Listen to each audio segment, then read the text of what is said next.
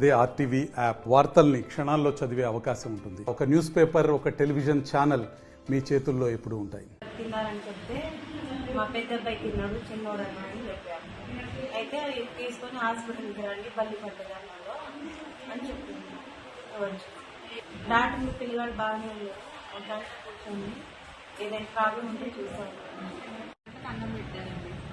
తర్వాత కొద్దిసేపు ఆంటీ తిన్నది. తిన్న తర్వాత ఒకసారి కడుపులో నొప్పి అన్నది. మంచిగా ఆడుకుంటుంటే ఆంటీ వచ్చి ఆయన అన్నం ఎవరు తిన్నారని అడిగింది. ఈ అమ్మాయి తిన్నదని చెప్తే దాంట్లో బల్లి పడేసింది, హాస్పిటల్కి తీసుకుపోవాలి, దాంట్లో తగ్గుతుందని చెప్పారు. అర్ధగంట అవుతుంది. ఏమన్నారమ్మా? కడుపులో నొప్పి అంటే ఒక ట్యానిక్ పోసారు, మోషన్కి వెళ్ళింది, ఏం కాదు అని చెప్పారు. నిద్రపోతుంది ఇప్పుడు ప్రస్తుతానికి. నేను డాక్టర్ అఖిల, పిఎస్సి కల్లూరు. ఈరోజు అరౌండ్ 3:20 ఆ టైంకి ఒక 4 పేషెంట్స్ వచ్చారు.